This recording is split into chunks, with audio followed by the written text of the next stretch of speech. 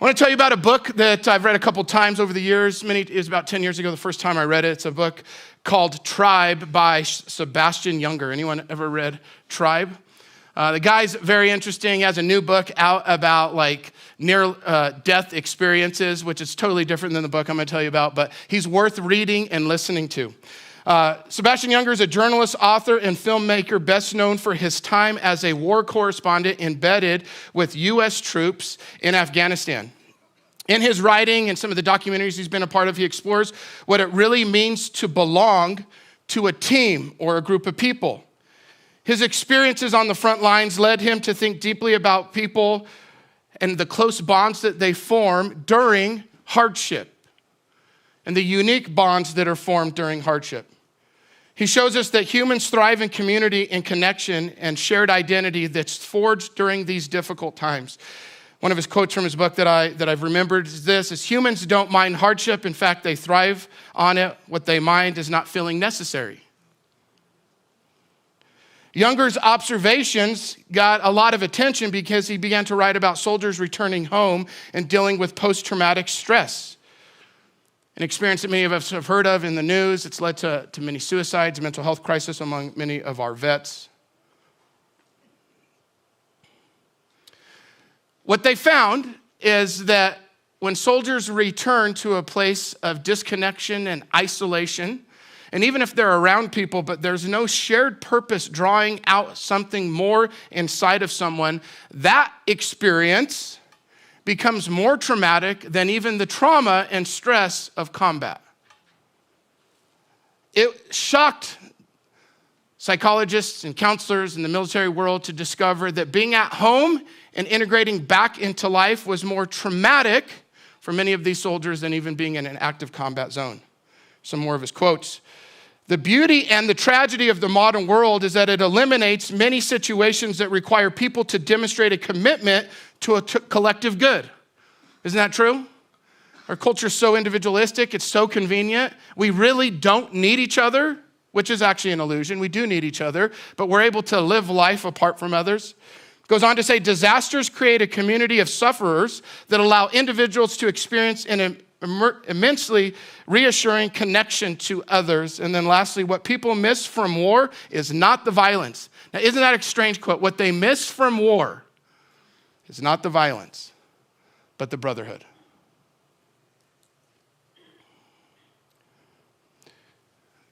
There are a lot of lies in our culture today, and one of them is that you're okay on your own.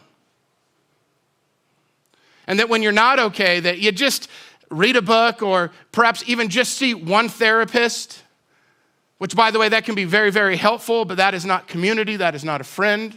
That is a loving witness that's there with you. There's a process to that. But we can just think, I'm going to bring as few people into this process as possible, and hopefully I will thrive. I'll just tell you, my friends, it doesn't work that way. It didn't work that way in the ancient world. It doesn't work that way in the modern world. So I want to ask you a question today that comes right out of the passage that we're going to get to here in a moment in Nehemiah chapter 3. And here's the question. Who stands next to you?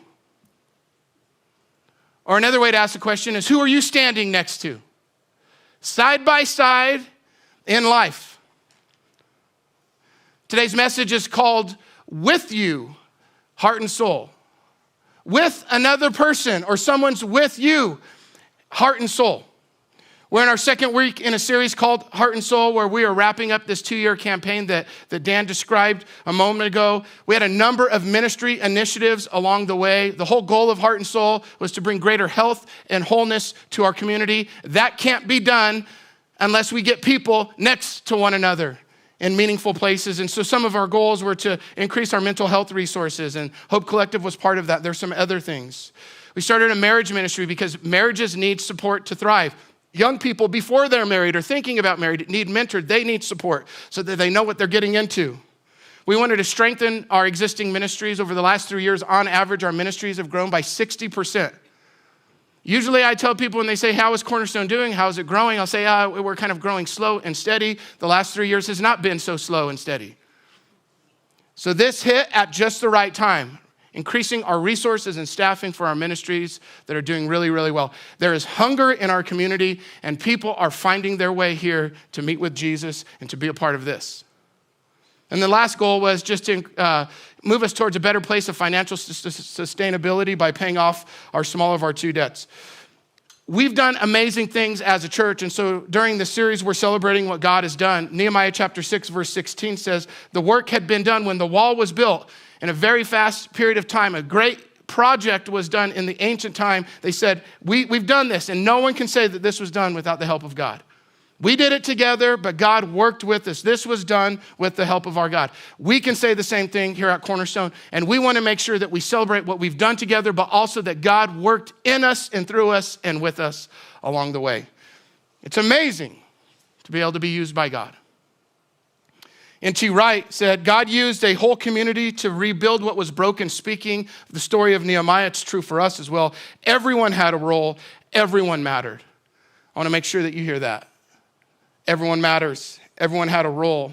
And even if you're new to our church, I just want you to know, moving forward with our vision to be the kind of church that people find life in, we need you as well. Everyone needs to be a part.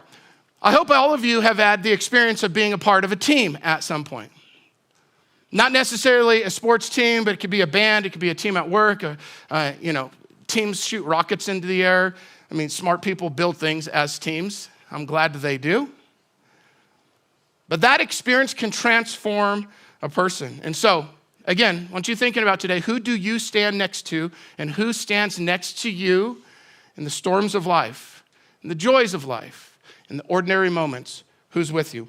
Our passage today is Nehemiah chapter 3. We're going down to verse 17. I'll tell you, the entire chapter repeats the way we're going to read it right here. And so I'm going to read the whole chapter. I'm going to stumble through some of these weird ancient Hebrew names. I'm really glad that some biblical names didn't stick. You'll know what I mean here in a moment. Although I apologize to anyone in the room that might be named Hakaz. All right, I apologize. It's a dignified name. Glad you have it. Okay, so let's read it. But I want you to notice the repeated phrase that shows up in the passage that we're in 5 different times. But this phrase, next to him or next to them, appears 28 times in the chapter. So starting in verse 7, it says this.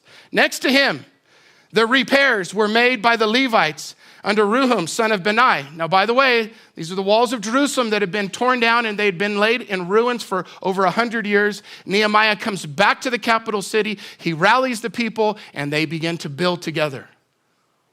And this is the description of that.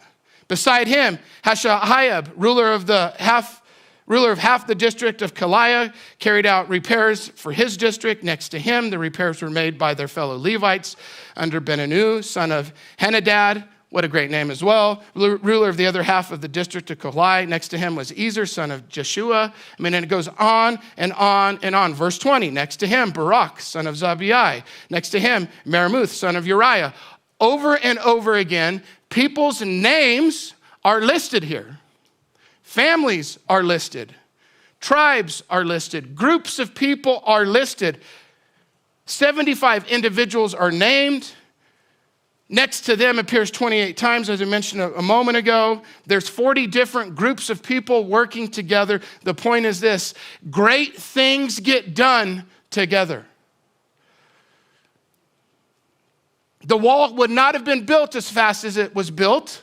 Safety wouldn't have been provided. The identity of the city would not have returned as quickly as it did if everyone didn't say yes to the project and they took their section of the wall and they rebuilt their section of the wall, trusting that the person next to them was building their section of the wall, trusting that the person next to them was building their section of the wall. It's a beautiful picture of camaraderie and togetherness and shared purpose. It becomes, though, also a metaphor for life. Most of us won't build walls that lay in ruins, but there are lives that end up in ruins, and there are relationships that end up in ruins. And some of you get asked to lead companies that are a giant mess, or you get asked to go into a school that's not doing well. It's in ruins, and you're called to build it back. There's more to life than just walls. There's more ruins than just the physical rubble that you can see around us. And the things that God cares most about is a life that lays in ruins, a heart and soul that is weak and apart and disconnected and not serving the purpose or experiencing the joy that it's meant to experience. And so today, I want to talk about the people next to us because it's next to others that we rebuild our lives. And even if you're not in a moment right now where you're needing to rebuild something personal to you, I can promise you that at some point in your life, in the future, not just in the past, you will need to rely on people to rebuild something important to you. Whether it's a relationship, life's in ruins from an addiction or divorce, you're just struggling with your thoughts, you're wondering where God is. People are needed along the way. So this is what we're going to go through. I want you to see that brokenness is repaired together. Friendship becomes a surprising outcome of building together. Friendship is found while building, and the community becomes the new wall. So I want to take you through these. First, brokenness is repaired together. We see this in the story, and we see it here in chapter 3. Walls, communities, churches are meant to be repaired together. Hearts, relationship, lives are meant to be rebuilt together. And this is just a universal principle. It's universally true. Confidence is never rebuilt alone. Courage is never just found on your own. The whole essence of courage is that you don't have it, so you need to be around someone that encourages you, that gives you courage.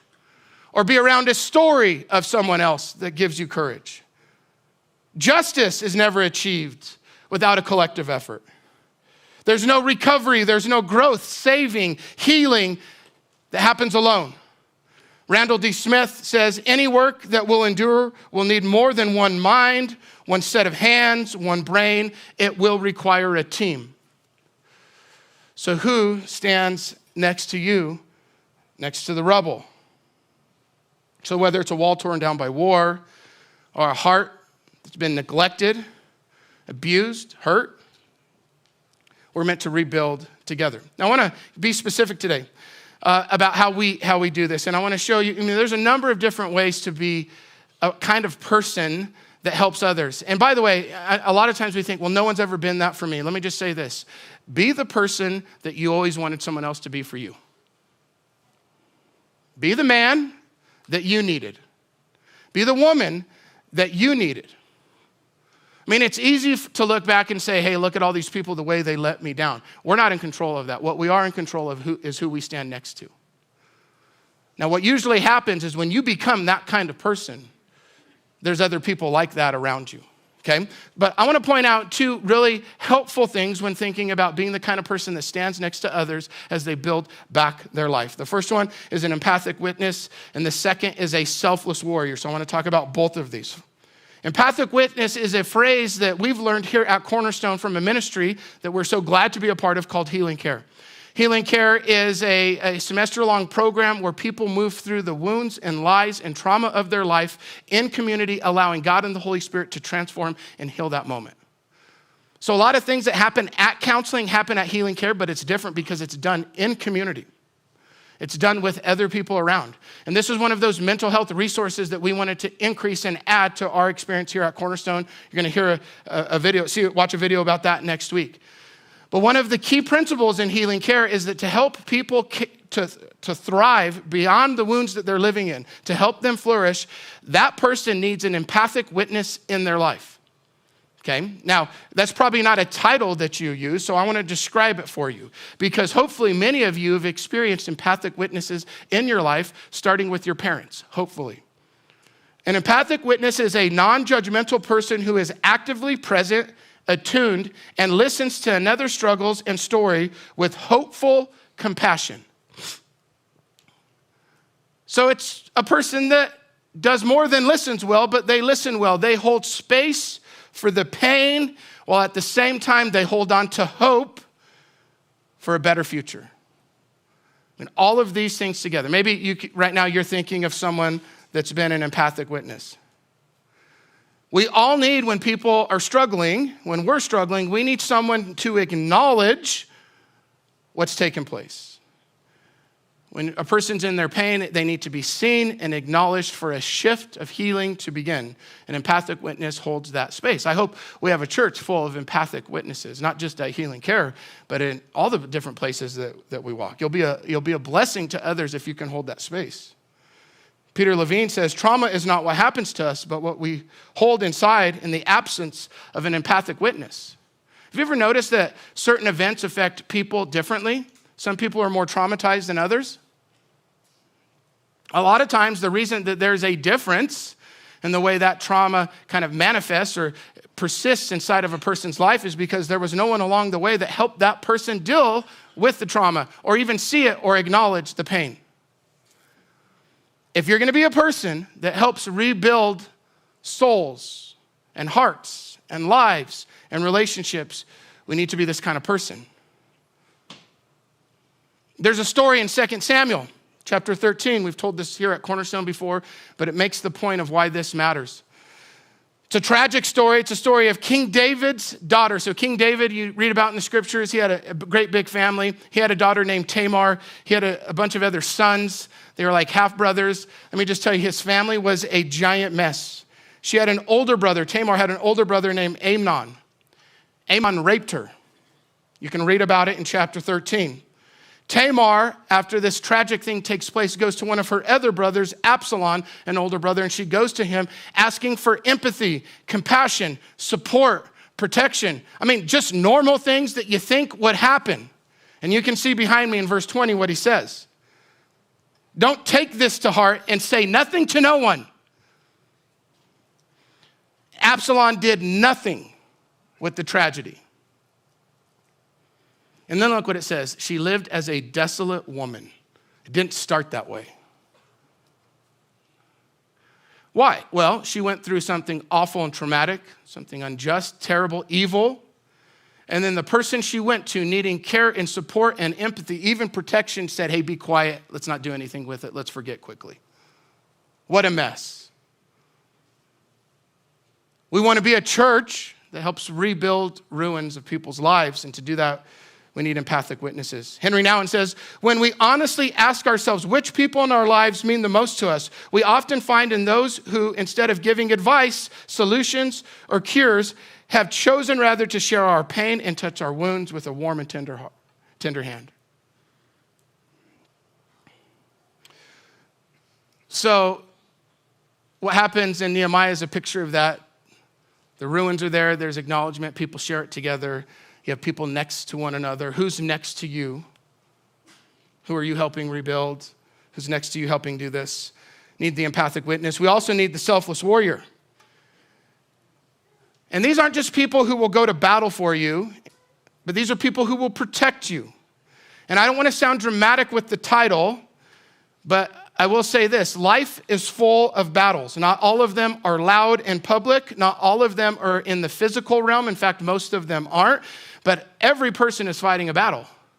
There's a spiritual battle. There's emotional battles. There's just the battle with your own thoughts and judgments a lot of times. Those are battles. When we talk about them, we don't just say, oh yeah, I'm going on a walk with my negative thoughts. All right? Oh, I'm having a wonderful day with the judgments of my parents that they spoke over me 30 years ago. It's wonderful. No, what do we say? I'm battling these things. When Satan gets in there and he tries to speak against our identity and who we are, and he speaks lies, it's a battle. In fact, the scriptures say it's a war. Do you know that? You're at war, whether you like it or not, with an enemy that hates your guts. So it's not hyperbole to say that we're in a battle and we need people who fight for us and next to us. In Nehemiah chapter 4, look at this. This is amazing. So they're building the walls. The enemies of Israel come and start attacking the workers. So this is the solution. From that day on, half of the men did the work, while the other half were equipped with spears, shields, bows, and armor. All right. We're working. We're rebuilding something together. Opposition is coming. There is an enemy. We need people to protect the workers. They took turns, like, all right, I'll take the trowel and rebuild the wall, and you hold the sword for a while, and then after a while, we're going to switch. Or I like the way it's even described here. They held building tools in one hand and swords and spears in the other. If you're a person that stands next to someone else, you are going to be asked at times to fight for them and protect them, to pray for them, to remind them of who they are when they get wound up in negative thoughts, when they're in the spiral of self-judgment. They need someone who will enter that space, that battle, and fight with them and for them. Even just like a less serious version of this is like, just when you're mad at something, when something bad has been done to you, isn't it nice to have someone else that just gets really mad with you?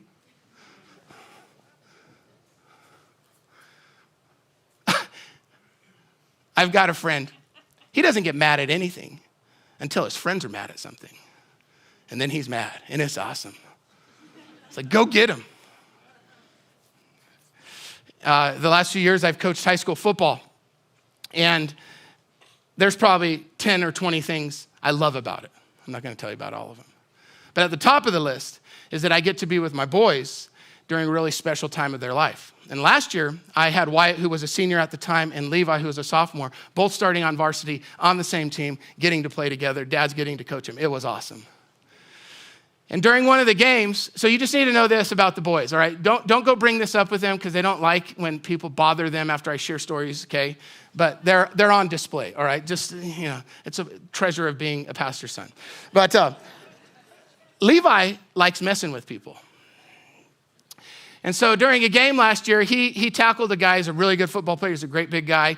Tackles him out of bounds, and Levi jumps up in his face and gives him a little, we call it extracurricular. It's not really allowed, but it's not quite crossing the line, but it's kind of like, hey, you better watch it. Levi jumps up in this guy's face, says something, and the guy says something to Levi and pushes him. And I'm about to yell at Levi to get back in the huddle, but his brother Wyatt walks up. Hey, don't say that to my brother. Leave him alone. He grabs Levi, starts to take him back to the huddle and says, Levi, stop being an idiot.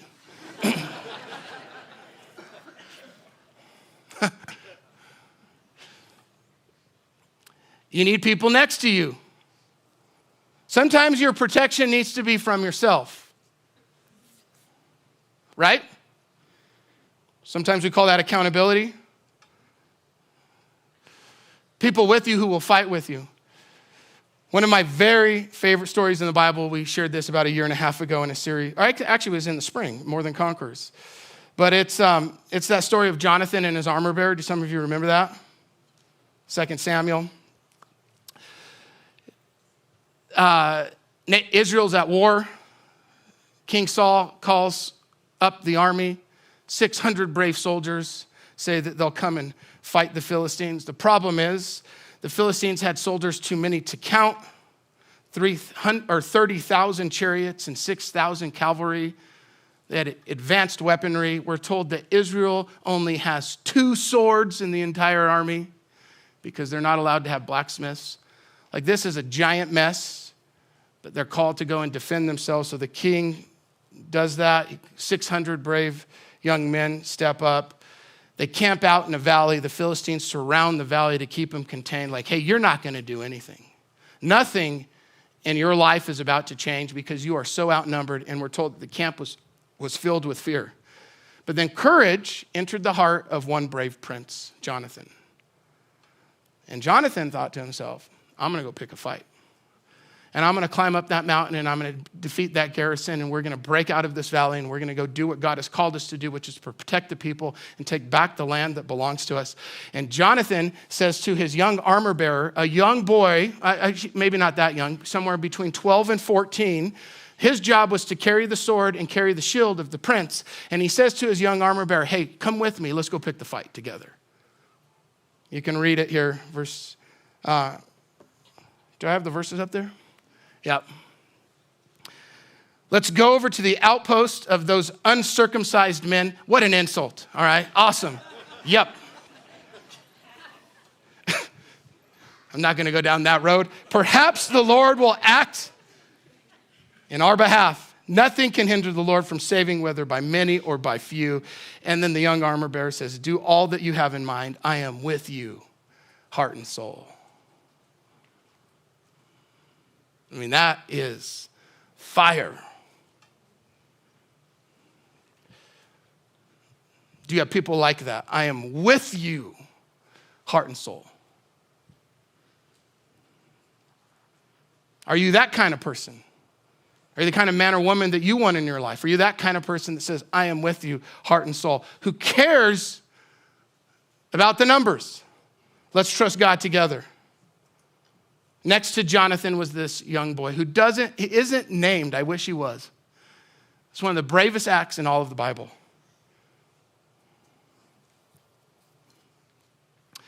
The people in your life that are rebuilding something need an empathic witness, and they need a selfless, brave warrior who's next to them that knows the difference. And they know when to use each of those roles and when not to. That's how we help people. All right, let's go to the second point. Friendship is found while building the wall. And this is important. I think friendship is important to most people. If it's not, COVID got people's attention. It's like, oh, life's not very fun being just on my own. I want to share some certain things with people. I don't think there's a better teaching about friendship than the teaching that came from C.S. Lewis, and he shared it in different places. One of my favorite places to read about his thoughts on friendship is the book, The Four Loves. In The Four Loves, he describes 4 different types of love. One of the types of love is friendship or phileo. And this is what he said. He said, you don't just go out and say, I need a friend, or I want a friend. He said, friendship is actually built as you go, as you're building a wall, as you're serving, as you're starting a company. I mean, couples experience this. As they raise children, their friendship hopefully grows. He says this, friendship is born at the moment when one man says to another, what? You too? I thought I was the only one.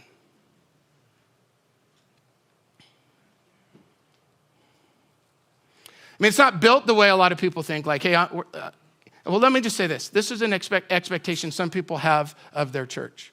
They expect us to set up play dates. No, seriously.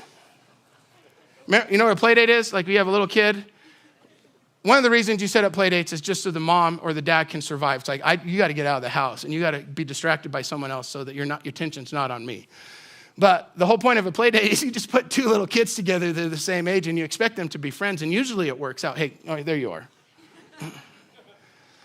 People want that sometimes from their church, but it doesn't work because that's not how friendship is made. So whether it's been intentionally communicated or unintentionally communicated, I'm just telling you, it's not true, and it's not helpful because it doesn't work. James Clear, who many of you have read in his book called Atomic Habits, amazing book, says, friendship happens on the way to something else. If you try to meet new people, it feels weird and forced. The more you aim for friendship, the more it eludes you. But if you aim to learn or achieve something with others, friendship happens naturally during the shared pursuit. Some of you know this, some of you don't. We have the opportunity here in the passage to see it. They're building together. I think new friendships were built. They protected one another together. They relied on one another together. Lifelong friendships were built in Nehemiah chapter 3. I just know it.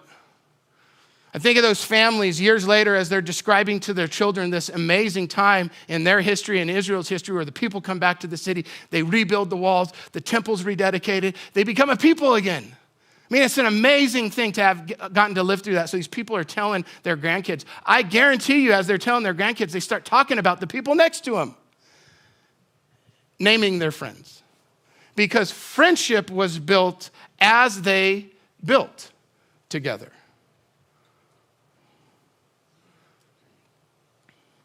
We often talk about putting yourself out there. That can be helpful in building friendships.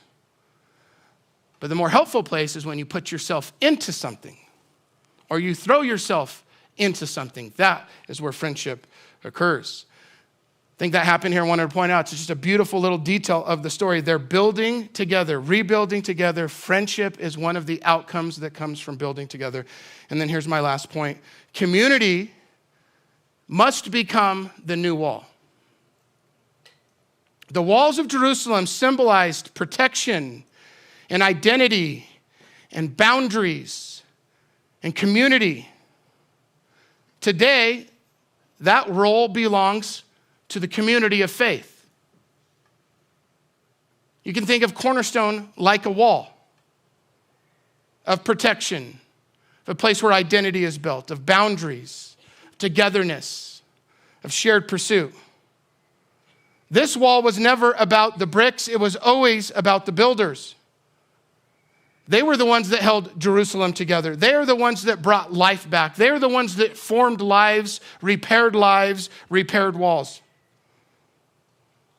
Community today, friendship, relationships provide the safety, strength, and belonging, the boundaries that walls used to. So what that means is we all need people next to us. We need to be next to people. We need a team, but we all need a wall around us as well.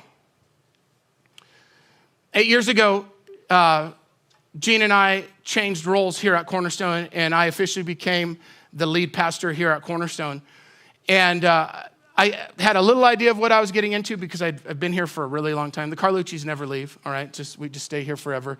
But I knew that there was a lot that I hadn't experienced and that I didn't know, and I was going to need extra support. So I reached out to a few friends, different guys. Some of them are in this church, and some of them are just in different churches or different places around the community.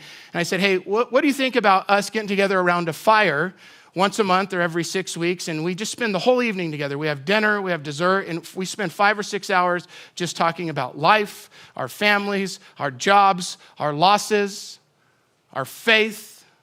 There's nothing that was off limits. And every one of the guys that got the invitation early on said yes, and then the group grew as time went on. We called it our fire group, and it was the beginning of fire groups here at Cornerstone that many men are a part of today. Now, the whole point of that fire group for me, it was very self-serving, is I knew at the time that I needed a wall. I needed the relationships that would hold me accountable, that would create boundaries. I needed support and encouragement and perspective. I needed extra support. I needed extra encouragement, extra perspective. And so that group was going to be my wall. What was amazing is that group met together for several years. Within the first 2.5 years, every guy in the group found themselves picking up the pieces of something that had broken down in their life. Every one of us took our turn needing the wall.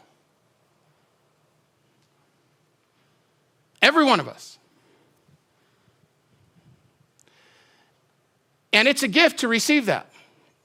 God was dealing with some stuff that was very stressful and difficult and complicated, and I needed their support.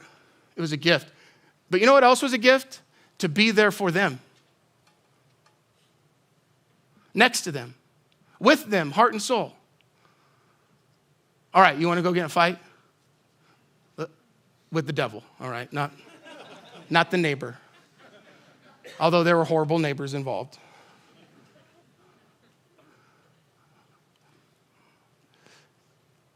New businesses started, adoptions took place, necessary moves happened, marriages recovered. Like the fruit of that group is great. We all need a wall. The community is the wall.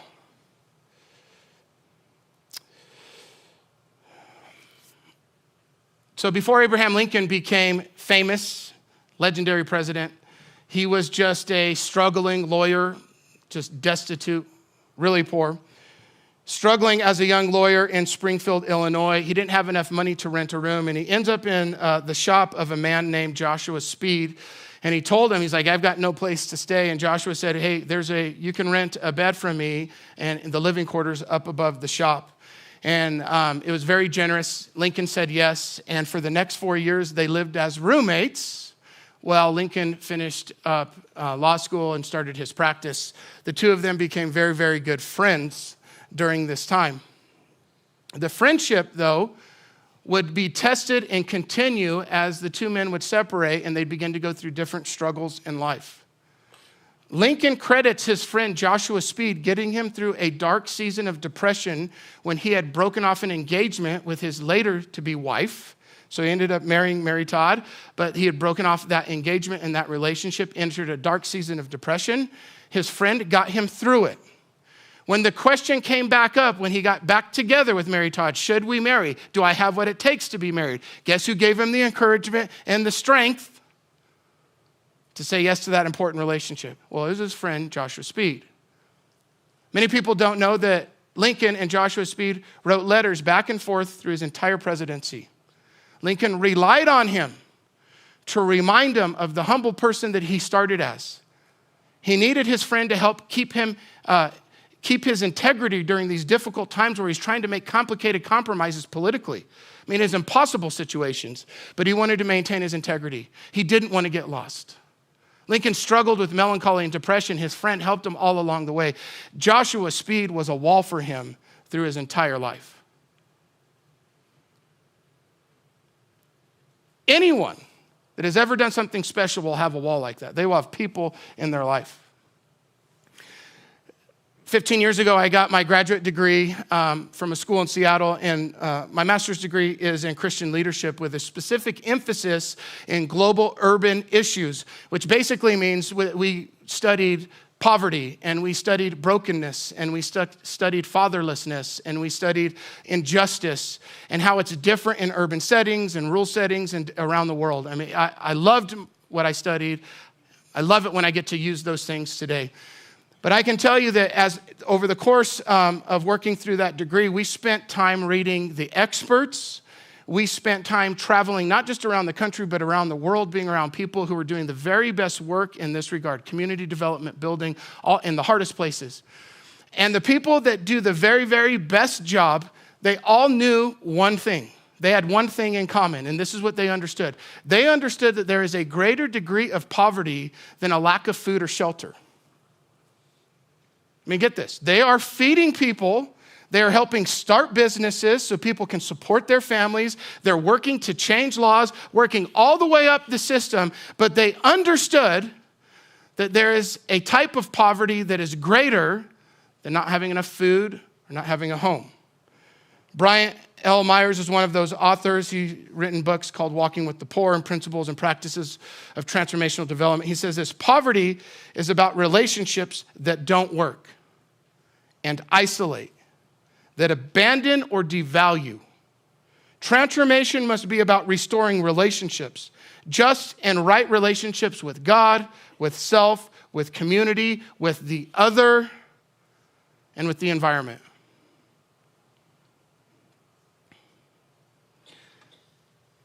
It's really about broken relationships, exploiting relationships. Mother Teresa said things like this for a long time: being unwanted, unloved, uncared for, and forgotten by everybody, I think, is a much greater hunger, a much greater poverty than the person who has nothing to eat.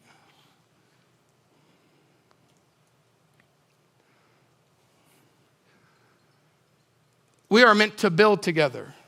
We are meant to find friendships as we go. We're meant to help people as we go. And we are meant to be that safety place, that safety net, that safe place that helps people thrive. And when they struggle, they're able to be picked up and cared for. We are the wall. But my friends, it doesn't work if you expect the wall to be there for you when you've not been that person before. It doesn't. One of the hardest conversations I have is with people who come in and out of community, and then when things go bad, they come back and they want everyone to be there for them to help lift them up. And you know, there's a lot of generous people that do that, but it just doesn't work that well. Because they haven't been next to each other.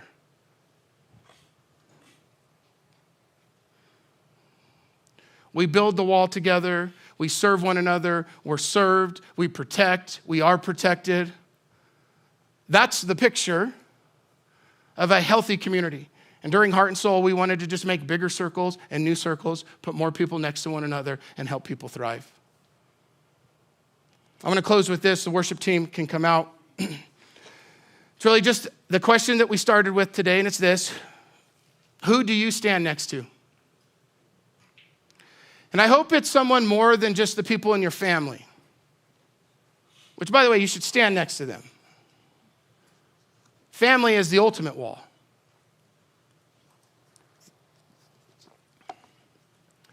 But who do you stand next to? Do you know what they're putting back together? Do you know the pieces of their life? You can ask this question as well. Who stands next to you? Maybe you're struggling right now. It's okay to ask that question and say, I need some help. I need some people with me, heart and soul. I need that empathic witness. I need the person that will fight for me. Who's with you? We are all meant to look up and say, look what I've been doing. Look what you've been doing. Look what we've done together.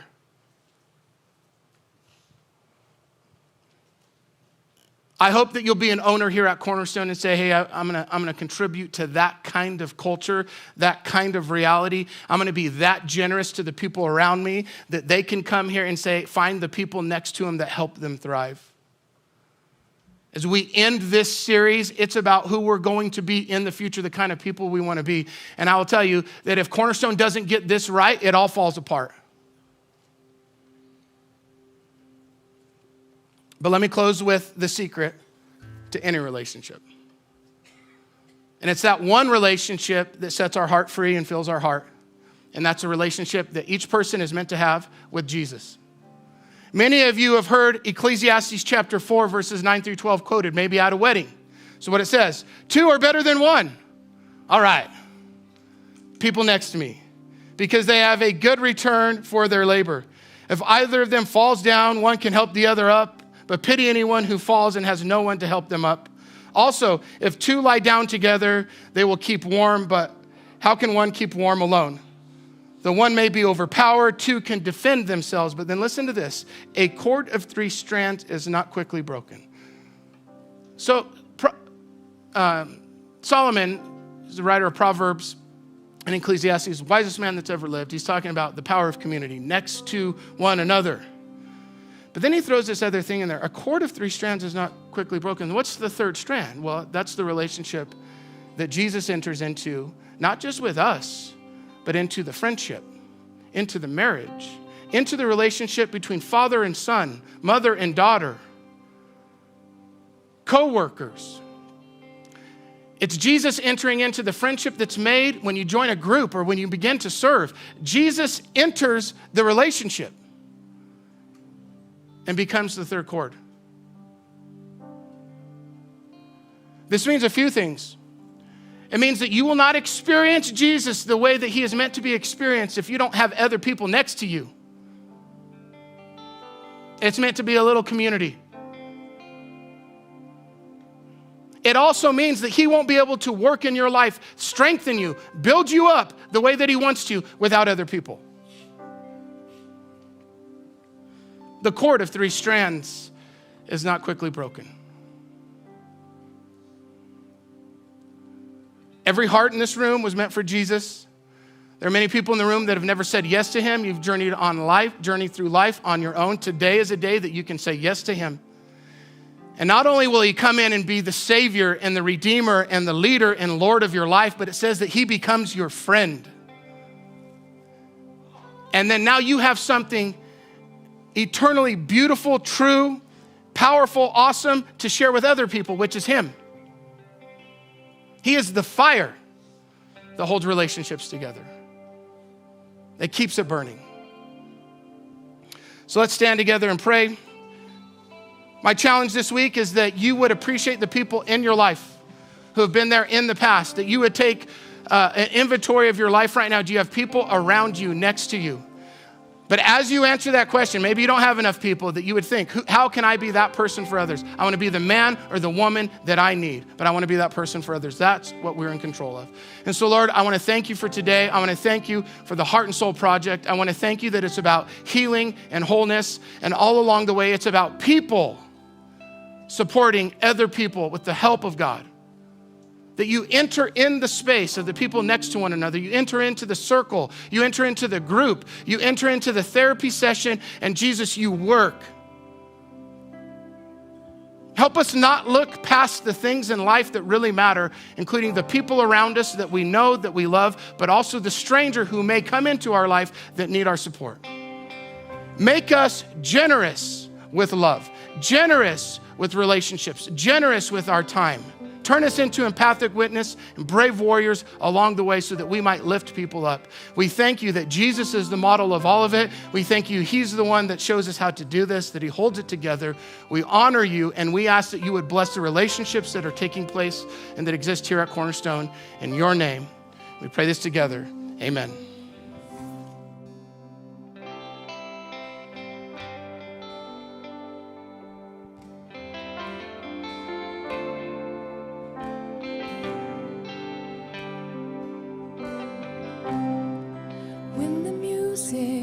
fades, and all is stripped away, and I simply come,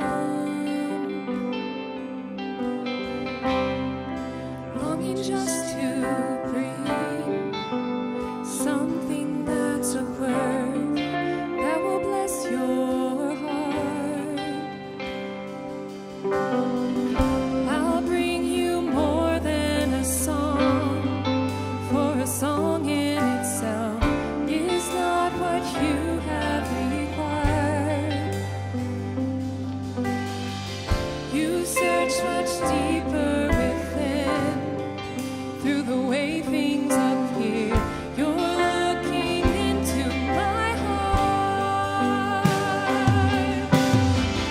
I'm coming back to the heart of worship, and it's all about you. It's all about you, Jesus. I'm sorry, Lord, for the thing I've made it, when it's all about you. It's all about you, Jesus. King of endless worth, no one could express how much you deserve.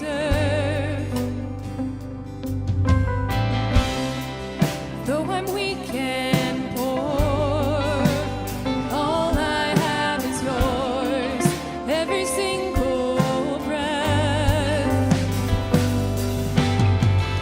I'll bring you more than a song, for a song in itself is not what you have required.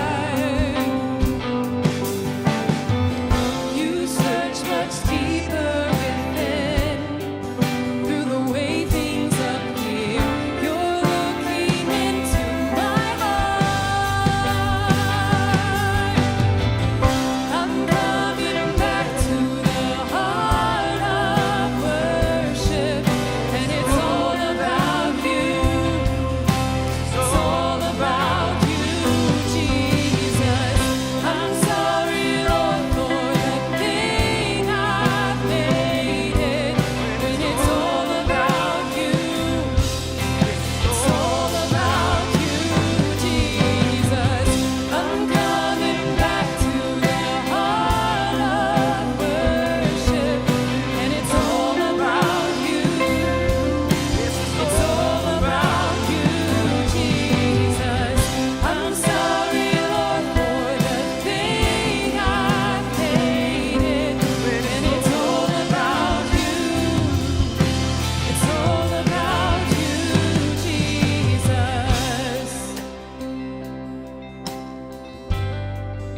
As we close today, friends,